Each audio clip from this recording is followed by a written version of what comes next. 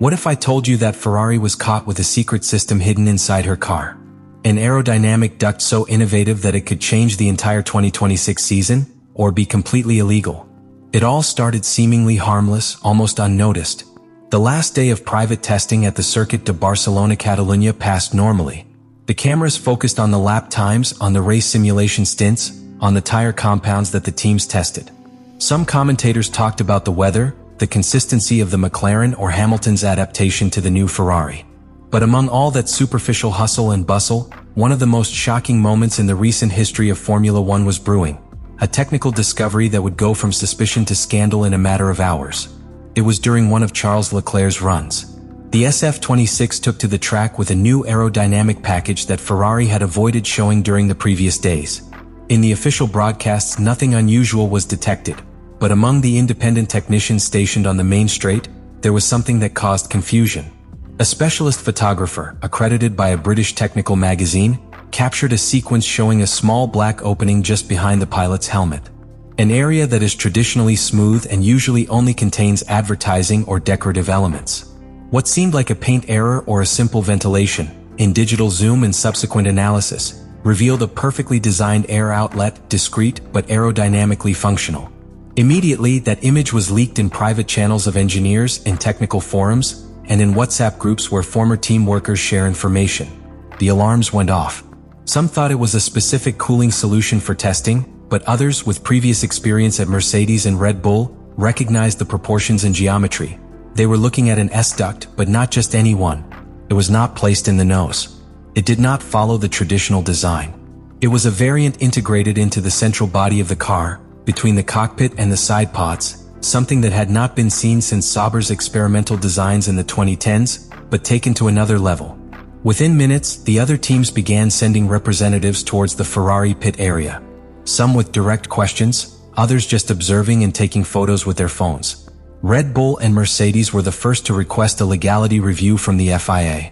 Even McLaren, which until then had dominated long simulations, requested a copy of the images to analyze with its aerodynamics department.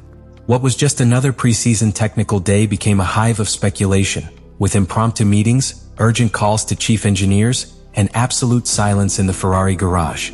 Neither Leclerc nor Hamilton made any statements on the matter at the time. The team issued a brief statement indicating that the car was being evaluated within regulatory parameters, without confirming or denying the existence of the system. But the damage was already done. Ferrari had been caught with a secret system, operating on the track in a controlled environment, and without having officially declared it in the technical documents prior to the test. That discovery would mark a before and after in the SF-26 narrative. What seemed like just another car in search of redemption became the technical protagonist of the 2026 tests. And even more, at the center of a controversy that could redefine the limits of aerodynamic legality in the new era of Formula One.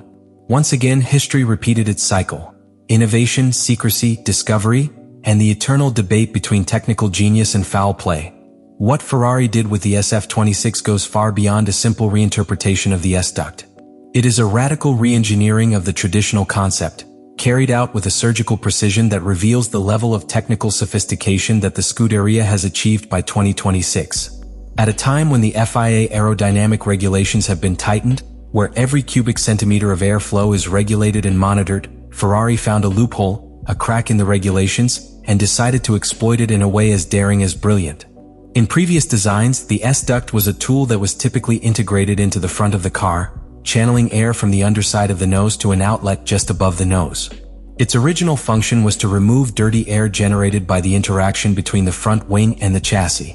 But on the SF-26, the system doesn't even start in the nose. Ferrari has moved the entire system to the sides of the car, specifically to the inside of the side pods, achieving an integration that has never been attempted before on the modern grille. The air inlet is camouflaged behind the so-called aerodynamic vanes, those small elements that normally guide the flow towards the radiators. But in this case, those vanes not only direct air towards conventional cooling systems, but also feed an alternative channel. This channel guides air into an internal S-shaped duct hidden within the side pod, which precisely snakes between the cooling system, structural components, and electrical elements. All this without compromising the structural mass of the car or significantly increasing the weight of the assembly. But the most impressive thing is not the path of the air, but how that path has been designed. The duct geometry follows advanced aerodynamic principles: smooth curve, progressive taper, and controlled expansion at the exit. This allows the flow pressure to be maintained throughout the entire journey, avoiding energy losses and maximizing the acceleration of the air just before being expelled. Ferrari has used state-of-the-art materials, probably carbon fiber reinforced with high thermal conductivity resins, to reduce weight and ensure that the duct can also dissipate residual heat without deforming at high temperatures. The air outlet occurs in an unusual location, behind the pilot's headrest, above the central intake. This decision is not accidental.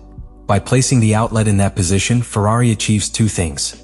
First, it cleans the flow that circulates above the side pod, helping to stabilize the air reaching the rear wing. Second, it creates an interaction channel between the upper part of the car and the lower part, as if they were connected by an invisible flow management system. It is, literally, a surgical intervention in the aerodynamics of the car. The level of engineering required to achieve this is simply extraordinary. Not only because of the technical difficulty, but because everything must be kept within the permitted dimensional margins, known as legality boxes. These margins are geometric constraints that limit what teams can place in certain areas of the car. Ferrari didn't just operate within those legal boxes. It did so with millimeters of tolerance, optimizing every curve and every angle of the duct to comply with regulations while simultaneously breaking the limits of performance. To understand the magnitude of the issue, we must go straight to the heart of the debate. Article 3.2.1 of the FIA Technical Regulations for the 2026 season. This article defines what is considered part of the bodywork and sets clear limits on what types of ducts are allowed. In theory, any channel whose main function is the cooling of a mechanical component is legal. But what happens when that channel also generates a significant aerodynamic benefit? This is where Ferrari has deployed its masterstroke. The S-duct of the SF-26, as it has been detected and analyzed by specialists, fulfills this double function. On the one hand, it channels air to sensitive electronic elements or secondary heat exchangers. On the other hand, it strategically directs the flow to clean turbulent areas of the car and increase aerodynamic efficiency. Ferrari says its duct is primarily designed to cool a thermal module located in the middle of the chassis, possibly a battery control system or an adjacent thermal processing unit. But what has generated concern among rivals is not its primary function, but everything else. The FIA is faced here with a semantic and philosophical question, rather than a technical one. How is the functional primacy of a system measured? What proportion of the flow must be used for cooling to be considered legal? Is thermal contact with a sensitive component enough to justify an entire duct system of high aerodynamic complexity? These questions at the moment have no official answers. And that's what Ferrari is taking advantage of. The absence of a precise quantitative definition allows them to argue that their design meets the spirit but perhaps not the intent of the regulation. There is something else that is fueling the general suspicion: secrecy. Ferrari did not openly declare this system in the documentation prior to the tests, and its existence was only recognized after photographic leaks.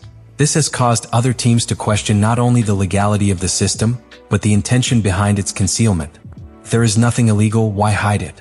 Why cover that area of the car during the Fiorano shakedown with temporary plastic elements? Why not include it in the technical sheets for the first day? These questions have ignited a silent battle in the halls of the paddock. Because if the FIA decides that the system is legal, it opens the door for other teams to replicate it. But by declaring it illegal, Ferrari could argue that no rules have been changed and that its system was tacitly approved by default. This is the type of game that defines the great technical geniuses of F1. Operating with cunning not only on the asphalt but in the interpretation of the rules. In short, the SF-26 S-duct system represents a high-risk, high-reward gamble. Ferrari has shown that it is willing to challenge convention and reinterpret the regulations with boldness, intelligence, and deep technical knowledge. But that audacity will have to be validated on the track. Only the results will tell if we are facing a season-defining masterpiece, or another chapter of technical frustration disguised as innovation. And that answer, as always in Formula One, is not in the papers or in the simulations, but in the checkered flag. What began as a simple technical observation in pre-season testing in Barcelona quickly escalated into a chain reaction phenomenon that destabilized the delicate political balance of the paddock. Because in modern Formula One, every major innovation not only generates technical responses, it activates a network of cross-interests, media pressures, and silent movements behind the scenes that determine the course of a season. And that's exactly what happened when Ferrari was caught with its secret duct system in the SF-26. Let me know in the comments what you think about all this.